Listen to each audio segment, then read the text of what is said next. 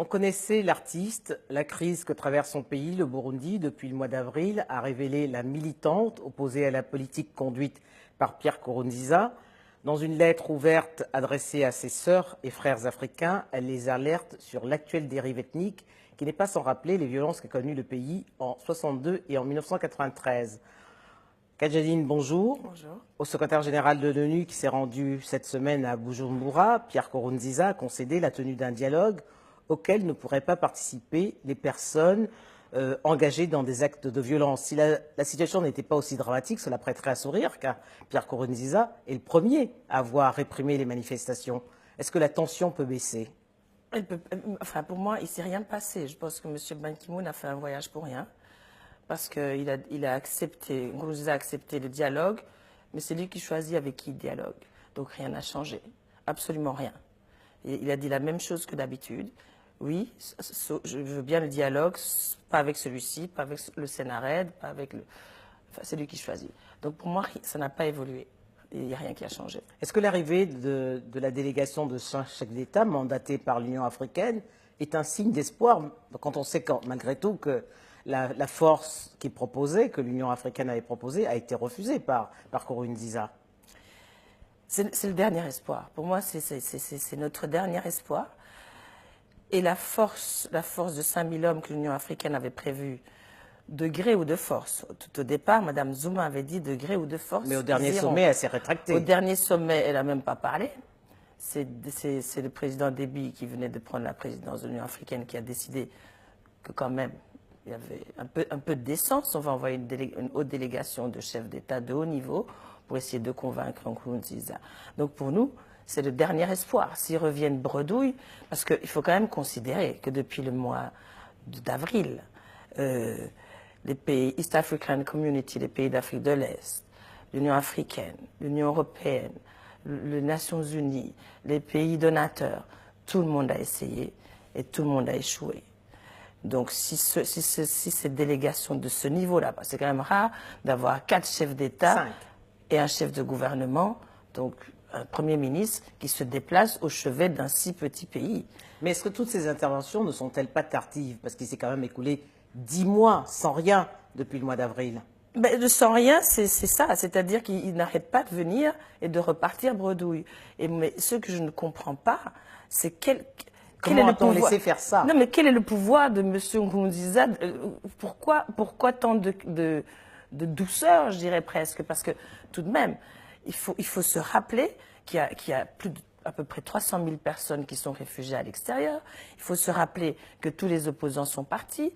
Il faut se rappeler que les radios et les télévisions, les médias libres ont été brûlés. Les journalistes soit enfermés, soit en fuite. Il faut se rappeler que, enfin, la liste est très très longue. Et alors je ne comprends pas ce qu'on attend encore aujourd'hui de Nkurunziza. Nkurunziza ne veut ni les forces, ni... Et alors, il faut être cohérent aussi à un moment donné. Quand il dit que 99% du pays est au calme, que c'est la paix partout, est-ce que vraiment le monde entier se lèverait? Parce que moi, je ne suis informée que par vous ou par les Nations Unies ou les rapports des uns et des autres. Est-ce que vraiment il conclurait qu'il faudrait 5000 hommes? C'est énorme, une force de 5000 hommes. C'est gigantesque pour un si petit pays. Donc ça veut dire qu'ils considèrent que le danger est à la hauteur de cette force de 5000 hommes qu'ils veulent envoyer. Et à ce moment-là, ils vont s'arrêter. Le 12 décembre, 12-12-15, triste date, on a tué plus de 100 jeunes. On est venu les chercher, on les a pas tués, on les a massacrés. Qu'est-ce qui pourrait ramener Pierre Nkurunziza à la raison? Rien. Rien. Qu'est-ce que vous voulez qu'il ramène à la raison? Tout le monde est passé, Ban Ki-moon est passé avant-hier, il est rentré. On verra, nous verrons demain. Alors cette violence, dites-vous dans la lettre ouverte que vous avez adressée aux Africains, vous rappelle les violences qu'a connues le Burundi dans les années 62, des violences ethniques. Est-ce qu'il y a une dérive aujourd'hui? 62, c'est l'indépendance. Mais depuis que je suis née en 59, moi, je n'ai pas de souvenir autre que des guerres, enfin, pas tout le temps, ethniques. Mais cette fois-ci, c'est très différent. Ils ont essayé, Nkurunziza et les siens ont essayé d'amener les Burundais, de les ramener aux guerres ethniques, enfin, à cette à ces violences ethniques. Ils ont refusé. Jusque maintenant, les jeunes qu'on tue, les exilés, d'ailleurs les exilés, c'est le deuxième comment on appelle ça, vice-président de la République, c'est le président de l'Assemblée nationale, bon, c'est tous des hommes de son parti. Oui, donc des cadres de haut rang et de son parti. Donc ils sont dehors. Qui étaient opposés au troisième mandat, il faut le rappeler. Qui lui ont écrit une lettre, qui lui ont demandé de ne pas se présenter et d'attendre. Parce que finalement, cet homme, il est très jeune, il a 51 ans. C'est-à-dire que dans 5 ans, il aura mon âge. Donc il peut revenir dans 5 ans. Et je vous jure, les peuples, ils oublient vite, ils seront ravis de le voir, ils seront contents de le revoir. Et donc, je lui ai dit tout ça, via la télévision quand même, courageusement. Et ce monsieur, il n'entendra pas. Et puis, je pense, de toute façon, il est déjà allé trop loin. Comment voulez-vous Ok, il y a la réconciliation, ok, tout ça est important. Mais les accords d'Arusha, qui ont été signés sous l'égide de Mandela, de Nyerere. Moi, j'ai rencontré Mandela qui m'a dit, personnellement, il m'a dit, ça a été difficile, il y a eu des frustrations, mais ensemble, nous y sommes arrivés. Et le Burundi, le peuple burundais. Aujourd'hui, on peut considérer que ces accords étaient un échec, au vu du résultat. J'ai beaucoup de mal, je vous assure, parce que je ne suis pas juriste, malheureusement, j'ai beaucoup de mal à penser qu'ils ont été négligents sur ce point précis des mandats présidentiels qui détruisent l'Afrique, en fait, qui nous empêchent de nous développer. Parce que c'est le problème principal, le mandat présidentiel au Burundi, oui, mais en Afrique en général. Et nous y sommes là.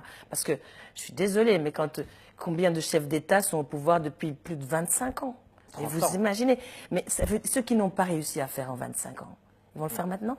Moi, je voyage en Afrique en voiture et en totale autonomie, en ne passant même pas par les grandes villes, juste dans les villages. Et je peux vous dire que je ne vois pas ce qui s'est passé de bien en 50 ans pour le peuple africain. En 56 ans d'indépendance. Oui, enfin, 50 ans, j'arrondis. Je ne vois pas. Alors, les hôpitaux, je termine. Les hôpitaux, ce sont ceux qu'on nous a laissés à l'indépendance, ils sont décrépits. Les écoles, c'est pareil. Les nouvelles écoles ne sont pas équipées. Et je ne vois pas pourquoi ils veulent rester, pour faire quoi de mieux. Et alors, surtout que ces mandats présidentiels, c'est eux qui génèrent cette énorme corruption que M. Djané de la Fondation Mo Ibrahim dénonce, a déclaré. Plus de 100 milliards, ça c'était pas aujourd'hui, c'était il y a 2-3 ans, plus de 100 milliards de dollars quittent l'Afrique pour on ne sait où, par le mécanisme de la corruption, 100 milliards de dollars. Et qui peut prétendre qu'il ne les a pas vus passer? Enfin, moi, je ne savais pas que c'était si petit, quoi, 100 milliards, finalement. Et personne ne les voit passer, je ne peux pas le croire. Et c'est ça qui fait que nous sommes dans cette situation-là. Alors, Pierre Nkurunziza accuse malgré tout le Burundi, le Rwanda, pardon, de vouloir déstabiliser le Burundi. Est-ce que vous y croyez? En avril, le Rwanda, il n'était pas là. Quand il a décidé de briquer un 3e mandat, le Rwanda n'était pas là. Moi, ce qui me ferait plaisir, c'est qu'il travaille aussi bien que le Burundi ressemble au Rwanda. Ça me ferait plaisir. Et ça s'est fait en 10 ans.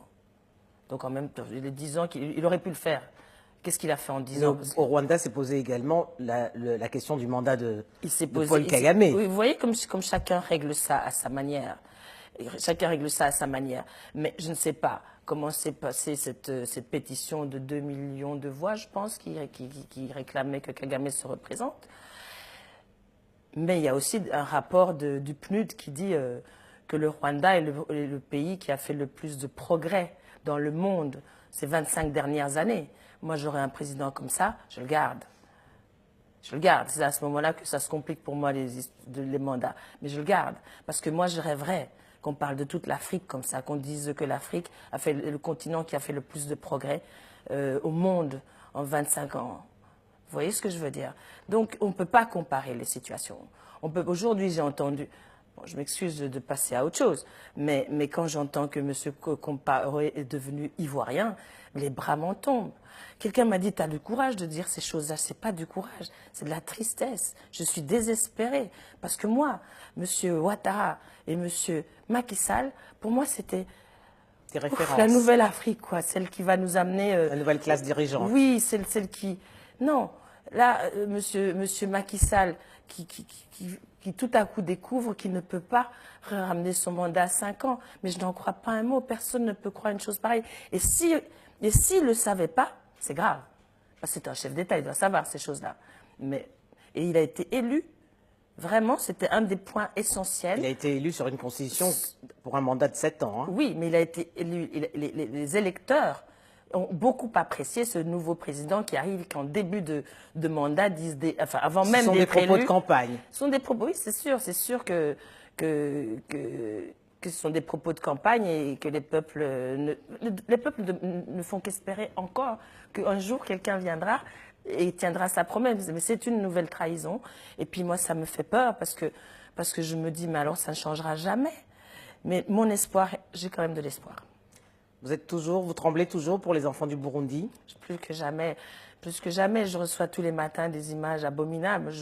Moi, j'en dors plus la nuit. Vous avez des images de jeunes ligotés dans le dos, tout à fait enflés. Vous avez des cadavres avec des cœurs arrachés. Mais vous imaginez, quelle barbarie. Quelqu'un qui est déjà mort, on lui arrache encore le cœur. Qu'est-ce que ça veut dire? Qu'est-ce que ça veut dire? Mais j'attends maintenant de voir ce qui va se passer avec les chefs d'État. Et s'il ne se passe rien, ça veut dire que les Burundais doivent se débrouiller tout seuls. Et alors, ça veut dire qu'on est parti pour une guerre civile. Kadjanine, un dernier mot avant de terminer cet entretien. Vous avez pris votre retraite, entre guillemets, au Mali, à Ségou, qui est en plein cœur de l'ancien royaume Bambara. Parlez-moi de cette retraite malienne. Ben, ça se ramène toujours à l'Afrique, en réalité. Parce que je me suis dit, ça fait 56 ans, vous dites, que nous attendons que les choses changent, que nous attendons que la tête de la pyramide, que le sommet de la pyramide nous amène la prospérité. Eh bien, c'est pas venu. Et je me suis dit, ben alors par en bas peut-être. Et je suis allée dans les villages. Je suis tout le temps dans les villages pour voir comment ça marche, pour essayer d'apprendre, de comprendre et de monter des mini-projets, mais alors vraiment très modestes. Avec les femmes et les enfants. Beaucoup avec les femmes. Beaucoup l'école, évidemment, parce que beaucoup l'eau aussi, l'eau potable, c'est-à-dire les forages. L'accès à l'eau, oui. Les forages, parce que c'est l'eau, puis l'école, puis évidemment les mamans, parce que tant qu'on ne libère pas la mère, on n'atteindra jamais l'enfant. Si on veut que nos petites aillent à l'école, il faut que la maman n'en ait pas besoin. Donc pour qu'elle n'en ait pas besoin, il faut sauver du temps. Alors dans mon village, j'ai sauvé du temps en amenant un deuxième forage, donc ça fait gagner du temps pour puiser l'eau. En amenant un moulin à 1000, ça fait gagner du temps pour moudre la farine. Et toutes des petites choses comme ça qui libèrent le temps de la maman pour qu'elle-même libère le temps de l'enfant. Et là, il y a beaucoup d'enfants qui vont à l'école maintenant. Mais de nouveau, là, on a un problème avec ces écoles gratuites, pas équipées, bref. Il y a une école quand même. Bonne chance. Merci infiniment.